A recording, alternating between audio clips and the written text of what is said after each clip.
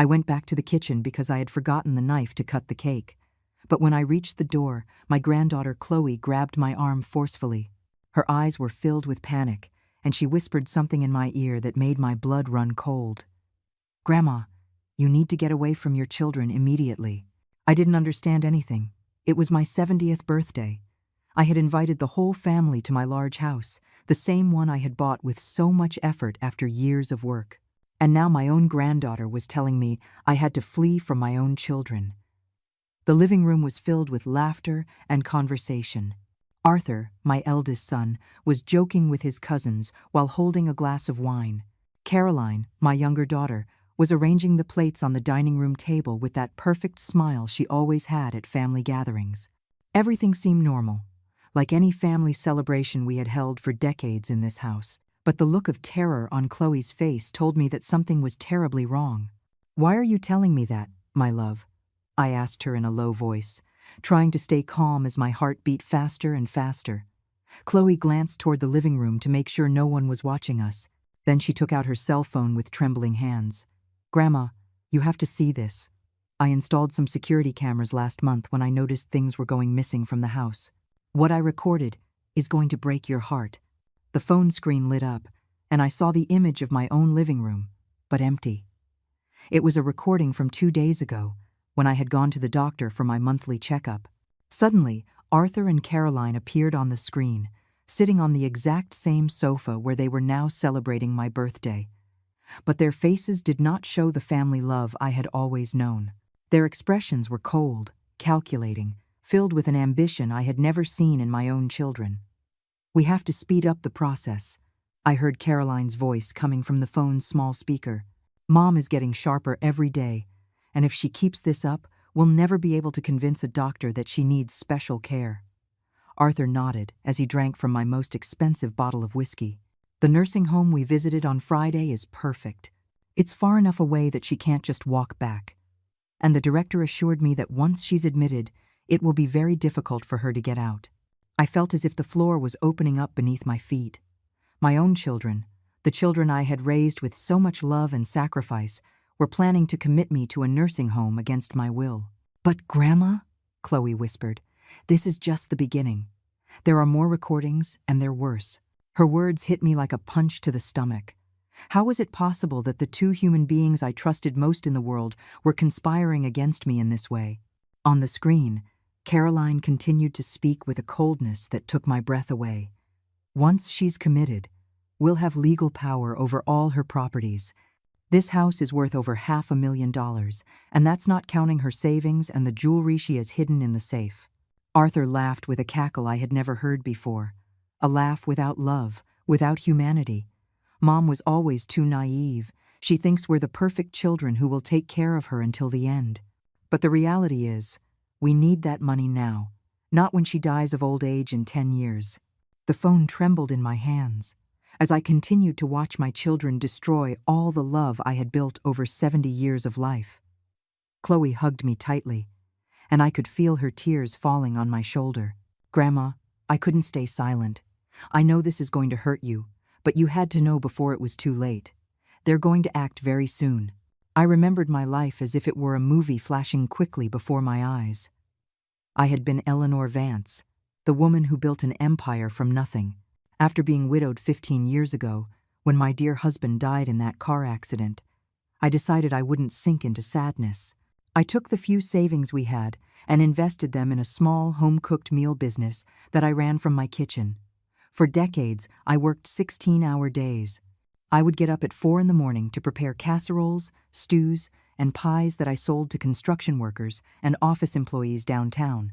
My hands became calloused, my back ached from fatigue, but I never gave up. Arthur and Caroline were teenagers then, and I wanted to give them everything I never had: a college education, new clothes, family vacations. Over time, my small business grew into 3 successful restaurants. I hired employees, managers, and was finally able to retire at 65 with a considerable fortune. I bought this beautiful 2-story house with a garden, a pool, and 5 bedrooms. It was my palace, the symbol of all the effort and sacrifice I had made for my family. Arthur studied engineering thanks to my money. Caroline graduated as an accountant with honors, and I paid every cent of their tuition, their books, even their graduation parties. When Arthur got married, I gave him $50,000 for the down payment on his first house. When Caroline got divorced, I supported her financially for 2 years until she found a stable job. I was always the generous mother, the doting grandmother, the woman who never said no when my children needed help. On Sundays, they always came over for lunch. Arthur would arrive with his jokes and stories from work. Caroline would bring fresh flowers to decorate the dining room table. Chloe, my adored granddaughter, would stay for sleepovers on weekends, and I would teach her the family recipes I had perfected over the years. We were the picture-perfect family you see in magazines, united by love and tradition. My routine was simple but fulfilling. Every morning I would walk through the garden, watering my red roses and white geraniums. I would have coffee and toast for breakfast while reading the newspaper on the terrace. On Tuesdays, I went to the beauty salon where Brenda, my hairdresser and friend of 30 years, would do my hair while we chatted about our grandchildren and the neighborhood news. On Thursdays, I visited my doctor for my routine checkups, and he always congratulated me on my excellent health for a woman my age. I had my book club group that met every Friday at the public library. We played cards on Saturdays at the local park. My social life was active and full. I was respected in the neighborhood as Mrs. Eleanor, the successful businesswoman who had managed to raise her children alone after being widowed. The shopkeepers greeted me warmly. The neighborhood kids would ask me for candy when I walked down the street. My house always smelled of home cooking. I had a habit of cooking in large quantities because I never knew when Arthur or Caroline would show up hungry. The refrigerator was always stocked with their favorite dishes. The beef stew that Arthur liked, the chicken pot pie that Caroline adored since she was a child. My pantry was a treasure trove of imported spices and fresh ingredients I bought at the Central Market every Wednesday. At night, before going to sleep, I would check my finances on the computer that Chloe had taught me to use.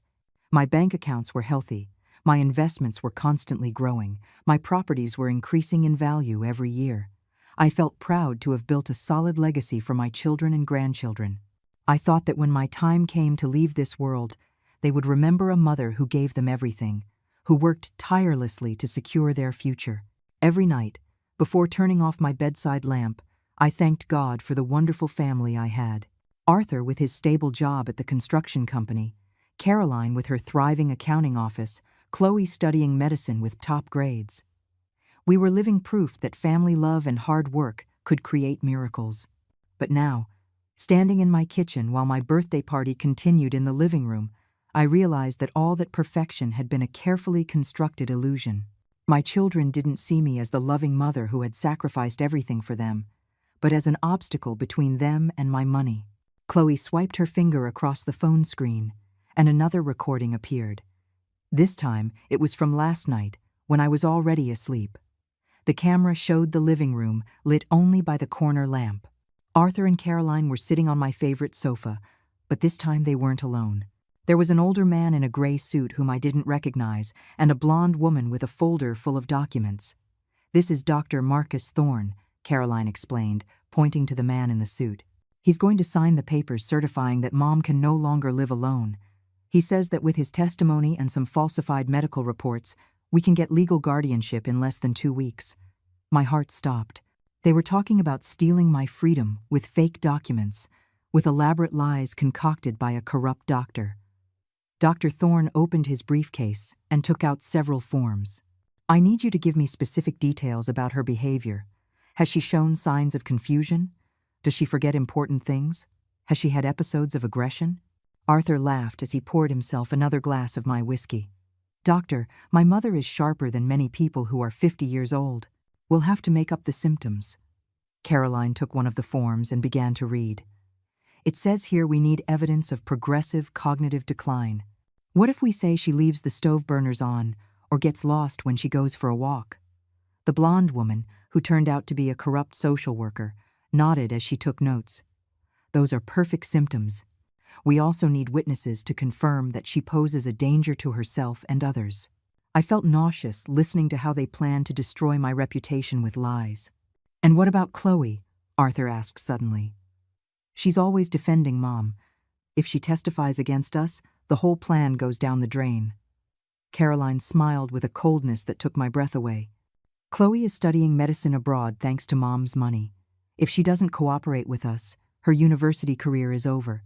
She'll understand which is the better option." Dr. Thorne took more papers out of his briefcase. "Once you have guardianship, I will recommend immediate admission to the Street Raphael nursing home.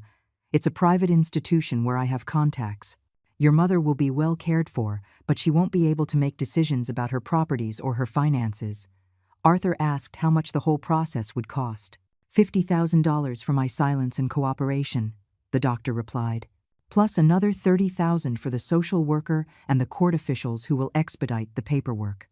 Caroline didn't hesitate for a second. $80,000 is nothing compared to what we're going to inherit. This house is worth $500,000, plus her savings, plus the properties from the restaurants she sold. We're talking about over $1 million. The greed in her voice was so obvious it made me ashamed to think that this woman was my own daughter. The social worker opened her folder and showed official documents. "I already have declarations prepared from 3 neighbors who will testify that Mrs. Eleanor shows signs of senile dementia. Obviously, these neighbors will receive financial compensation for their cooperation." Arthur asked who these neighbors were. "The Connollys from the house next door, Mrs. Davis, who lives on the corner, and young Kevin, who works at the neighborhood store." I couldn't believe what I was hearing. The Connollys were my neighbors for my entire life. We had shared Christmases and celebrations for decades. Mrs. Davis had been my confidant for years. She knew all my secrets and joys. Kevin was like a grandson to me. He always helped me with heavy groceries, and I would give him home-cooked food for his family.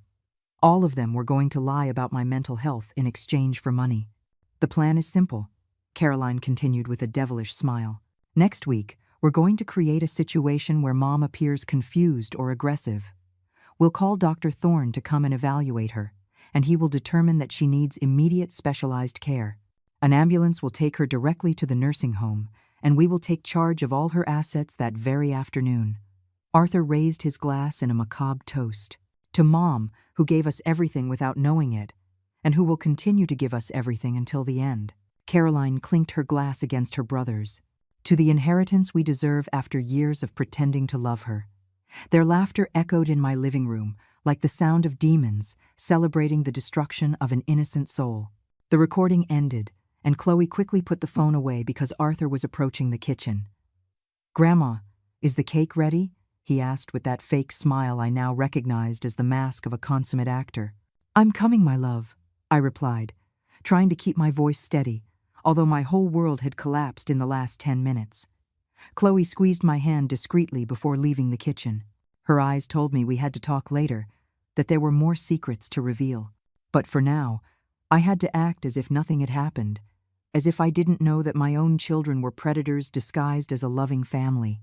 I returned to the living room carrying the cake with the 70 lit candles, but my hands were shaking so much I almost dropped it.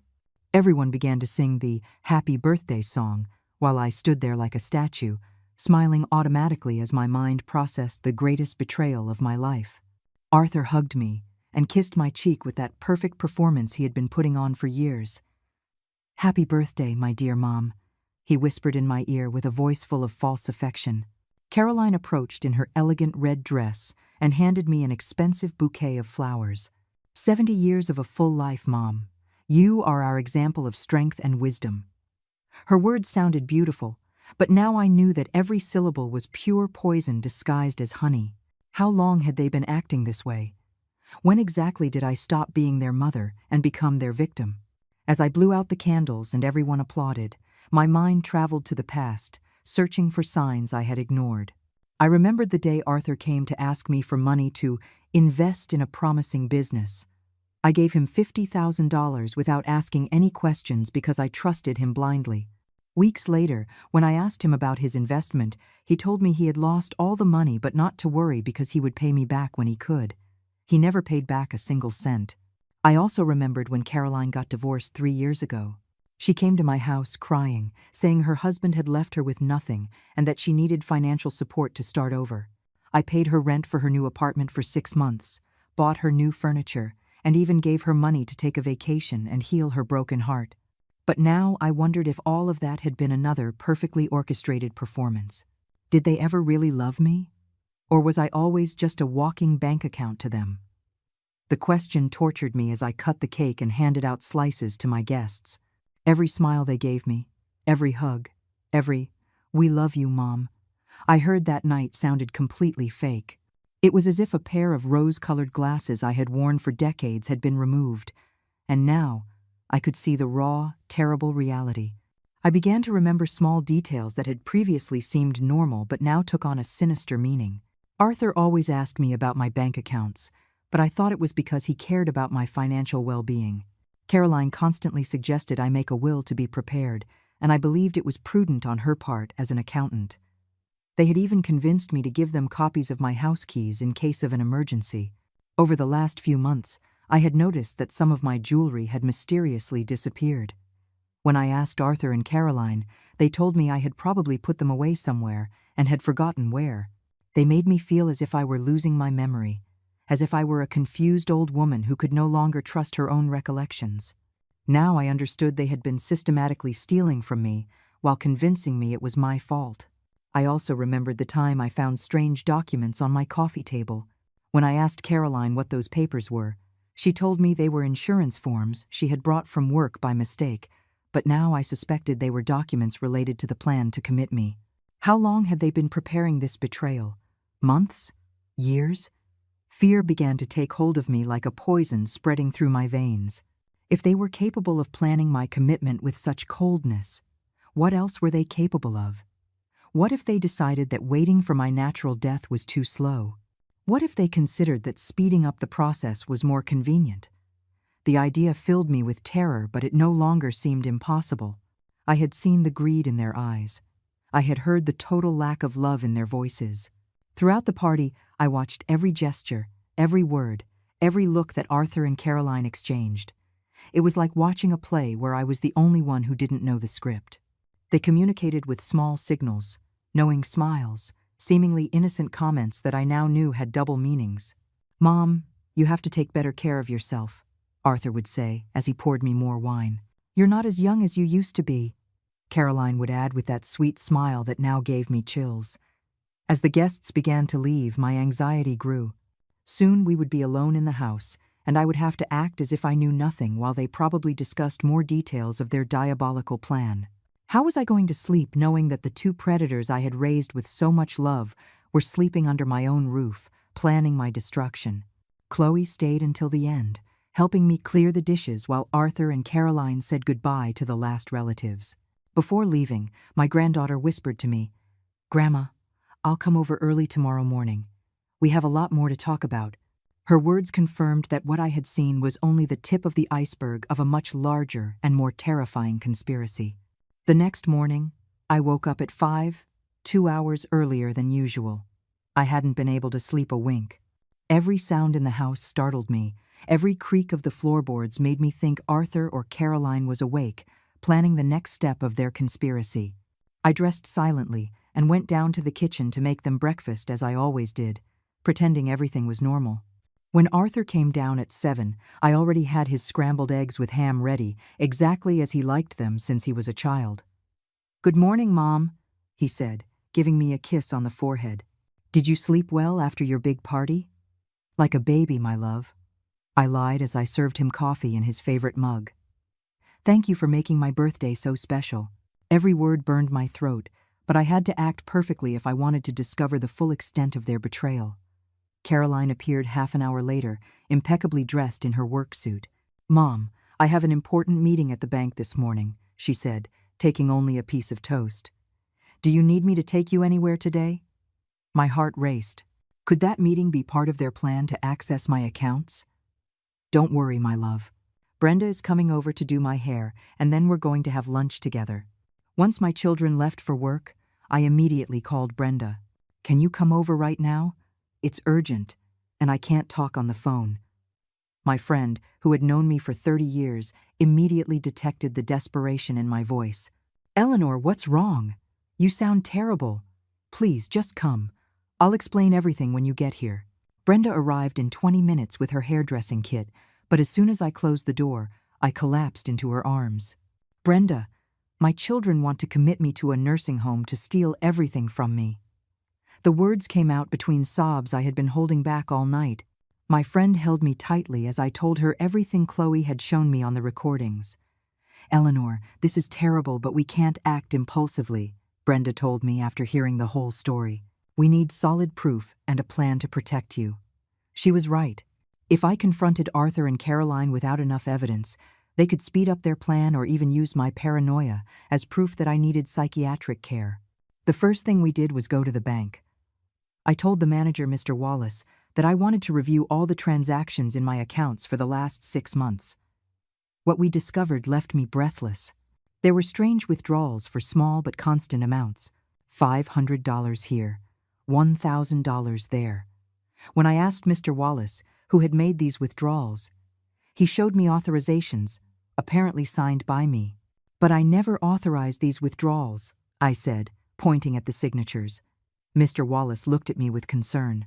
"Mrs. Eleanor, your daughter Caroline brought these authorizations 3 months ago. She said you had asked her to handle some minor expenses to save you the trip to the bank."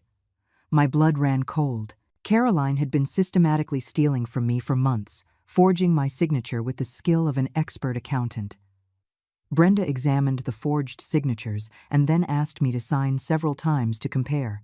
"Eleanor, these forgeries are very good, but not perfect. A handwriting expert could prove they're not yours." Mr.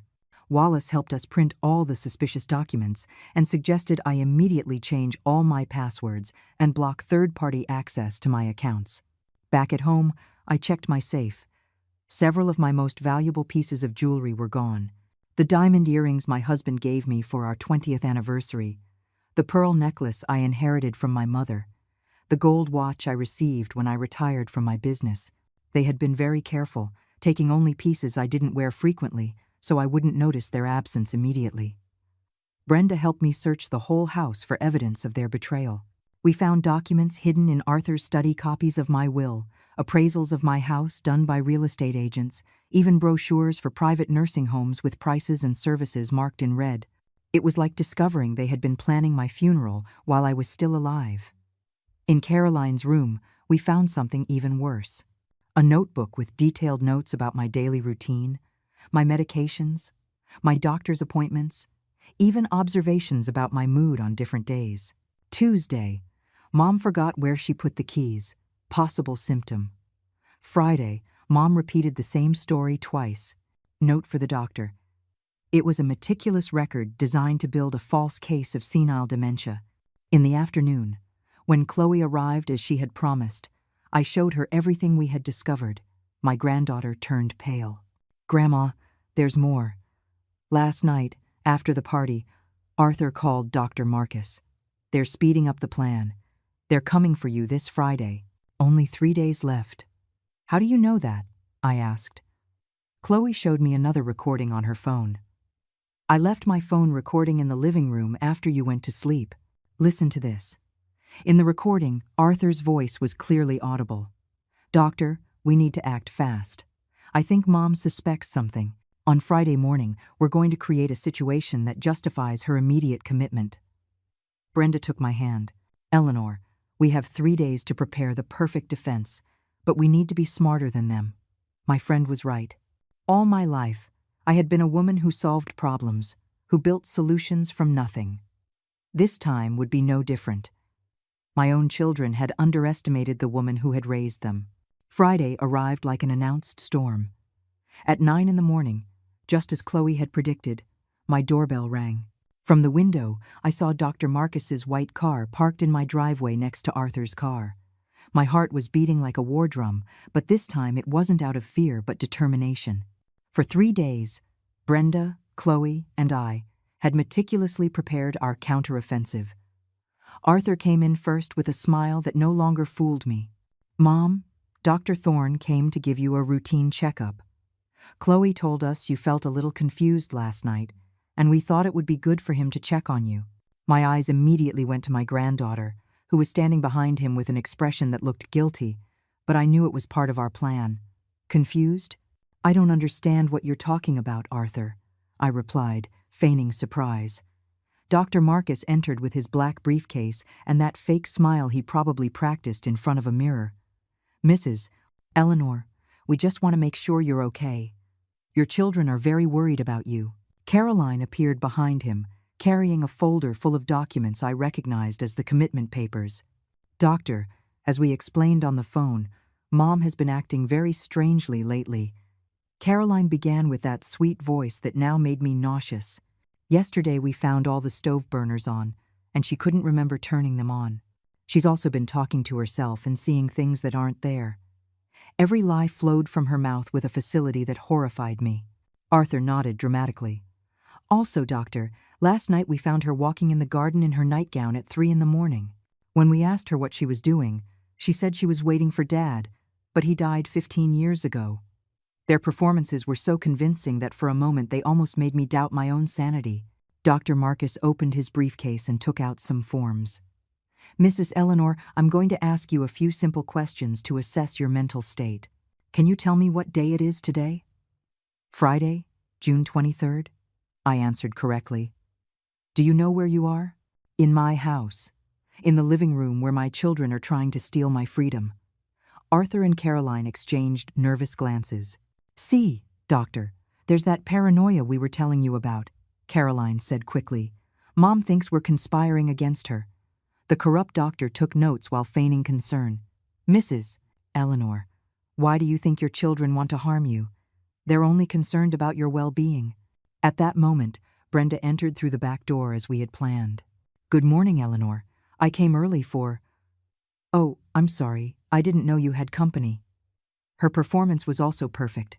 Arthur tensed up. "Who is this woman, and why does she have keys to the house?" "This is Brenda, my lifelong friend. She's always had keys in case of an emergency." Chloe approached the doctor with tears in her eyes. "Dr. Marcus, I have to confess something terrible. I lied to my parents about my grandmother's condition because they threatened me." Arthur grabbed her arm roughly. "What are you talking about, Chloe? Don't be ridiculous." But my granddaughter freed herself from his grip and continued. "Dad and Mom told me that if I didn't help them commit Grandma, they would cut off the money for my studies." Dr. Marcus began to sweat. "I don't understand what's happening here. I just came to do a routine medical evaluation." Caroline lost her composure for the first time. "Chloe, you're confused. No one threatened you. We just want what's best for your grandmother." But it was too late. Brenda had already taken out her phone and was recording the entire conversation. "Doctor," I said, rising from my chair with all the dignity I could muster, "could you explain to me why my children paid you $50,000 to fake a diagnosis of senile dementia?" The question landed like a bomb in the room. The doctor turned as pale as paper. "I don't know what you're talking about, ma'am." Arthur exploded with fury. "Mom, you're delusional. This proves exactly why you need specialized care." But I took out my phone and played the recording where he and Caroline discussed all the details of their plan with the corrupt doctor. Their own voices filled the room as irrefutable proof of their betrayal. "We have to speed up the process." Sandra's voice was heard from the speaker. "Mom is getting sharper every day, and if she keeps this up, we'll never be able to convince a doctor that she needs special care." Dr. Marcus tried to run out, but Brenda blocked the door. "Not so fast, doctor. The police are already on their way." Caroline lunged at me, trying to snatch the phone. "Give it to me. Those recordings are illegal." But Chloe stopped her. "Mom, stop it. It's over. Grandma knows everything." Arthur continued to deny everything until the end. "This is a giant misunderstanding. We would never do something like this." But his panicked face betrayed him completely. At that moment, we heard the sirens of police cars approaching my house. "My dear children," I said with a calm that surprised even myself, "I hope you enjoyed playing the part of a loving family, because your theatrical performance has just ended forever." The police officers entered my house led by Detective Kevin Russo, the same young man who shopped at the neighborhood store and was supposed to falsely testify about my mental state. But when I saw him in the dark blue uniform and shiny badge, I understood that he had been an undercover agent all along. "Mrs. Eleanor, I'm Detective Russo. We've been investigating this network of scams against senior citizens for 6 months. Arthur and Caroline were speechless when they saw that Kevin wasn't the bribed witness they expected, but a law enforcement officer. "Impossible," Caroline murmured. "You work at the corner store. We've known you for years." Kevin smiled as he took out his handcuffs. "Undercover work, ma'am. Your mother wasn't the first victim they tried to scam. The detective explained that they had been tracking Dr. Marcus for months.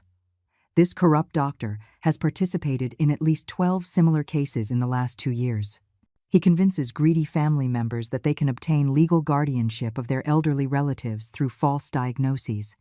We already have evidence that he has stolen over $2 million in anticipated inheritances. But the most shocking revelation was yet to come. An older woman entered my living room, escorted by another officer. She had gray hair and deep wrinkles, but her eyes were exactly like Arthur's. "Mom, I'd like to introduce you to Mrs. Grace Adler," said Detective Russo. "She is your first daughter-in-law, Arthur's first wife, and she was also a victim of this same scheme." My world tilted again. "Arthur was married before?" I asked, looking at my son with total disbelief. Grace approached me with tears in her eyes. "Mrs. Eleanor, Arthur stole everything from me 5 years ago. He used the exact same plan. He convinced me I had senile dementia, committed me to a horrible nursing home, and took my house, my savings, even my late mother's jewelry." Arthur tried to interrupt, but Detective Russo silenced him. Grace was committed for 2 years in deplorable conditions, until an honest social worker discovered the irregularities in her case. When she got out, Arthur had already sold all her properties and disappeared. She has been looking for him ever since to get her money back. Caroline turned pale as Grace pointed directly at her. "And you, Caroline, were the one who forged all the documents for my commitment. I recognize your handwriting on the forms the detective showed me. My daughter denied it desperately. I've never seen this woman in my life." But Grace took out photos from her phone, which clearly showed Caroline leaving the nursing home where she had been committed.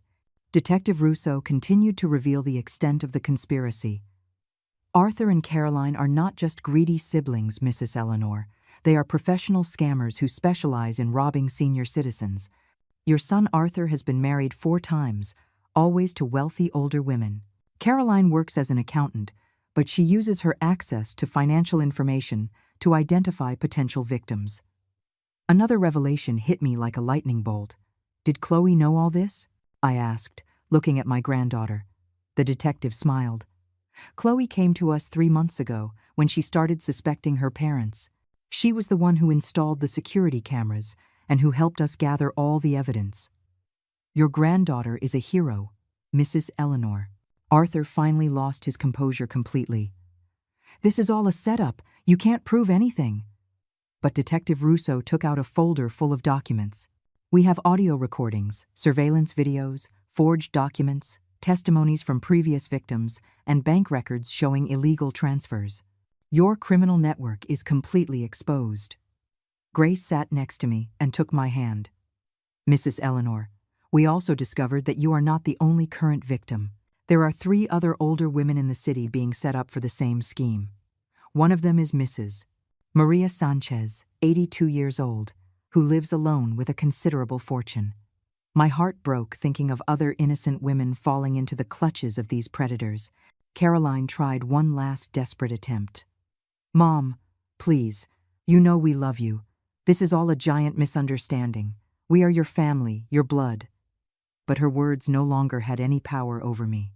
"You stopped being my family the day you decided to make me your victim," I replied with a coldness I didn't know I possessed.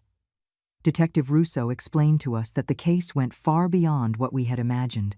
This criminal group has connections with corrupt officials in the healthcare system, unscrupulous lawyers, and nursing home administrators who receive commissions for each forced admission. We're talking about a network that has operated for years without being detected.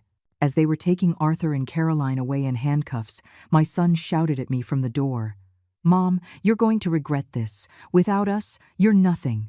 But for the first time in 70 years, I didn't feel a shred of guilt or sadness at his words. I had discovered that true love doesn't demand the sacrifice of one's own dignity, and that sometimes real family doesn't come from blood, but from those who genuinely care for our well-being. 3 weeks after the arrest, I found myself in the central courthouse, dressed in my best violet suit, the same one I had worn for the opening of my last restaurant. This time, it wasn't to celebrate a business achievement, but to see justice served after decades of deceit. The district attorney, Mr. Elias Vance, had built a solid case against the criminal network that had operated under my nose for years. The courtroom was filled with victims, family members, journalists, and curious onlookers. Grace Adler was sitting in the front row next to 3 other older women who had also been scammed by Arthur and Caroline. Mrs. Maria Sanchez, 82 years old, had been rescued just in time before they could commit her. Her case was identical to mine. Seemingly loving children who planned to steal her fortune through a forced commitment. When they brought Arthur in, handcuffed and dressed in an orange prison uniform, I felt a strange mix of sadness and relief. It was hard to recognize the man I had raised with so much love in this criminal who had devastated so many lives. His eyes no longer had the fake warmth he had perfected over the years. There was only resentment and contempt. Caroline entered next, also in handcuffs, but maintaining the cold composure that had always characterized her. During the 3 weeks of investigation, it had become clear that she was the mastermind behind the entire operation. Her experience as an accountant had given her access to the financial information of dozens of senior citizens, and she had used that data to select potential victims. The prosecutor, Elias Vance, presented the evidence meticulously. Your Honors, for 5 years, the defendants Arthur Vance and Caroline Vance operated a criminal network that stole over $4 million from vulnerable senior citizens. They used family love as a weapon to destroy innocent lives. His words resonated in the courtroom like hammer blows of justice. The recordings Chloe had captured were played for the court. Hearing my children's voices again, planning my destruction in that room full of people, gave me a different perspective. They didn't hurt me as they had before. Now, they were simply evidence of criminals being exposed. On Friday morning, we're going to create a situation that justifies her immediate commitment. Arthur's voice was heard from the speakers. Dr. Marcus Thorne was also being tried simultaneously. His testimony revealed chilling details about how the network operated. They paid me between $40,000 and $60,000 for each false diagnosis. He confessed before the judge. I had pre-made forms with symptoms of dementia that I would copy and paste into the medical reports. It was a very lucrative business. Grace Adler took the stand as the main witness. Arthur courted me for 6 months before proposing marriage. She testified in a firm voice. He was charming, attentive, the perfect man. But once he moved into my house, he began to isolate me from my friends, to convince me I was losing my memory, to make me doubt my own reality. Her testimony was identical to what I had begun to experience in my last months with Arthur and Caroline. Mrs. Maria Sanchez also testified about how Caroline had used her position at the accounting office to access her financial information. She knew exactly how much money I had, where I had it invested. She even knew the details of my will before I had ever met her personally, she declared to the court. When her brother Arthur began visiting me as a family friend, they already had a complete plan to steal everything from me. Detective Kevin Russo presented additional evidence they had discovered during the investigation. We found documents in Caroline Vance's house showing a list of over 20 senior citizens with their financial data, daily routines, and level of social isolation. It was like a catalog of potential victims organized by profitability. The courtroom filled with murmurs of indignation. When it was time for Arthur and Caroline to speak in their defense, their lawyers tried to argue that it had all been a misunderstanding, that they genuinely cared for the well-being of their victims. But the mountain of evidence was irrefutable. Arthur finally stood up and looked directly at me. "Mom, I never wanted to hurt you," he said with fake tears that no longer deceived me. "We just wanted to secure your future." Caroline, on the other hand, maintained her coldness until the end. "I regret nothing," she declared to the judge. "Older people are eventually going to die and leave their money to someone. We just sped up the process." Her total lack of remorse confirmed that I had made the right decision in turning them over to justice. The judge, the Honorable Raul Fernandez, delivered the sentences with appropriate severity. Arthur Vance, for the crimes of aggravated fraud, forgery of documents, and financial abuse of the elderly, I sentence you to 15 years in prison, without the possibility of parole for the first 8 years." Arthur collapsed in his chair upon hearing the sentence. "Caroline Vance, as the mastermind of this criminal operation, and for the same crimes plus organized criminal conspiracy, I sentence you to 20 years in prison, without the possibility of parole for the first 12 years. Caroline received her sentence without showing any emotion, as if it were a business outcome that had gone wrong. Dr. Marcus Thorne received 10 years in prison and the permanent revocation of his medical license. The corrupt officials who had facilitated the illegal commitments were also sentenced to prison terms, ranging from 5 to 8 years. When I left the courthouse, surrounded by Chloe, Brenda, and the other victims who had found justice, I felt a sense of freedom I hadn't experienced in years. The reporters asked me how I felt, and my answer was simple. Today, justice has shown that no one is above the law, not even family. 6 months after the trial, I woke up in my own bed, in my own house, without the crushing weight of fear I had carried for so long. The sun's rays streamed through the white lace curtains I had sewn myself years ago, illuminating the room where I now slept peacefully, knowing that no one was planning to steal my freedom while I rested. I went down to the kitchen and made coffee for 2 people, as I had started doing every morning since Chloe moved in with me. My granddaughter had decided to transfer her medical studies to the local university to be with me during my healing process. "I don't want you to be alone after everything you've been through, Grandma," she had told me. "Besides, I can study just as well here, and I have the best teacher of resilience living under the same roof."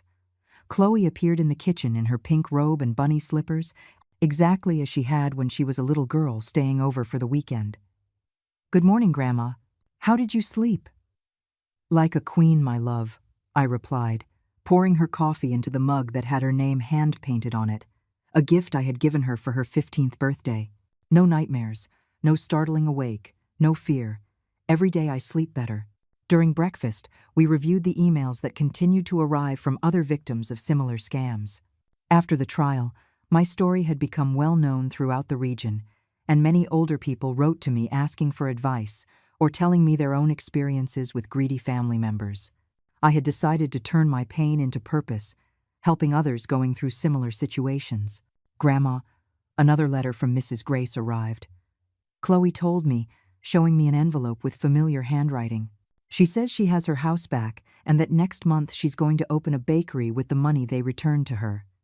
Grace had become a close friend after the trial. We shared not only the experience of having been victims of Arthur, but also the joy of having found justice and a new beginning. At 10 in the morning, Brenda arrived for our weekly ritual of coffee and conversation. "Eleanor, you look more radiant every day," she said, hugging me at the door. "It's like you've shed years since you freed yourself from that burden." She was right. The mirrors in my house reflected a different woman. My eyes had a sparkle again. My smile was genuine. My posture was upright and confident. We sat on the terrace, surrounded by the plants I had been neglecting for the past few years without realizing it.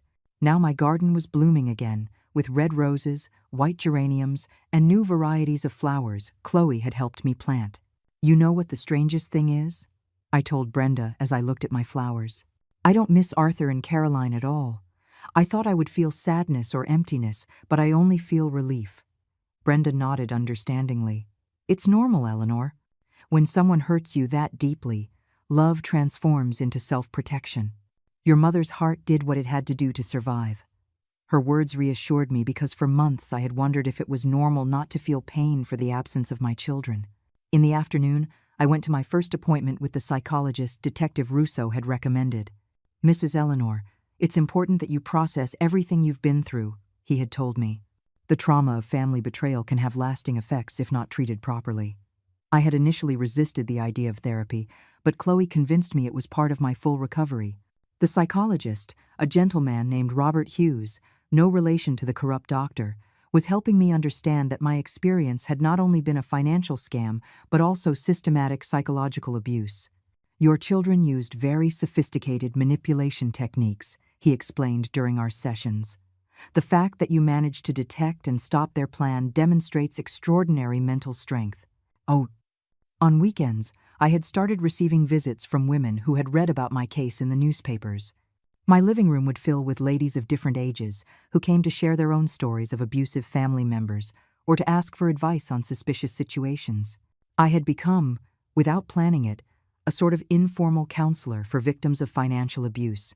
Mrs. Eleanor, a 60-year-old woman, had told me last week, "My son always asks me for loans but never pays me back. After hearing your story, I realized they might not be loans, but theft." I helped her understand that real family love does not require constant financial sacrifices and encouraged her to set clear boundaries with her son. One afternoon, while organizing the family photographs I had kept in boxes for months, I found pictures of Arthur and Caroline's birthdays when they were children. For a moment, I felt a pang of nostalgia, remembering the innocent little ones I had raised with so much love. But then I remembered the recordings of their voices planning my destruction, and I put the photographs away for good. Chloe found me in the study with the boxes of photos. "Are you okay, Grandma?" "Perfectly fine, my love," I replied, closing the last box. "I was just saying goodbye to ghosts from the past." That night, we took all the photographs of Arthur and Caroline to the backyard and burned them in a small ceremonial fire. As the flames consumed the false memories, I felt as if I were releasing the last residue of pain I had been carrying inside. A month later, I made a decision that filled me with joy. I donated half of my fortune to a foundation that helps elderly victims of abuse. "I want my money to protect others, not to tempt the greedy," I explained to my lawyer. With the other half, I established an educational fund for Chloe and other young people who, like her, had the courage to do the right thing even when it was difficult. Last night, Chloe and I were sitting on the porch watching the stars when she asked me a question that took me by surprise. "Grandma, do you ever wonder what your life would have been like if you had never discovered Dad and Mom's plan?" The question made me reflect deeply. "Chloe, I think it would have been a life of ever-shrinking illusions until I became a prisoner in my own existence. I would have lost not only my money and my house, but also my dignity, my decision-making ability, and ultimately, my identity. The alternative reality I imagined gave me chills. Instead," I continued, "these last 2 years have been the most authentic and fulfilling of my entire life. I have known the genuine love of people like you, Brenda, Grace, and all the brave women who have come into my world. I have discovered a strength I didn't know I possessed, and I have found a purpose that goes beyond my own survival. This morning, as I write this epilogue in my journal, I can see Chloe in the garden out the window, planting new flowers for the coming spring. In a few hours, Brenda will arrive for our weekly coffee, and in the afternoon, I will receive a group of social work students who want to learn about my experience for their thesis on elder protection. Tomorrow, I will visit the courthouse to testify in another case similar to mine, where a family is trying to recover their mother from the clutches of abusive children. Next week, I will give a lecture at the university on warning signs in toxic family relationships. Next month, the foundation will host its 2nd annual symposium on elder protection. My calendar is full, my purpose is clear, and my heart is at peace. I have transformed the most painful betrayal of my life into a mission of protection and empowerment for others. Every day that I spend helping someone else escape similar situations, I feel that my suffering gains meaning and becomes collective strength. Today, at 72 years old, I am not alone out of abandonment, but by choice. I am not at peace out of ignorance, but out of wisdom gained through pain. And I am not free by luck, but by the courage to face the truth and fight for my dignity. This is my life now, authentic, purposeful, and completely my own.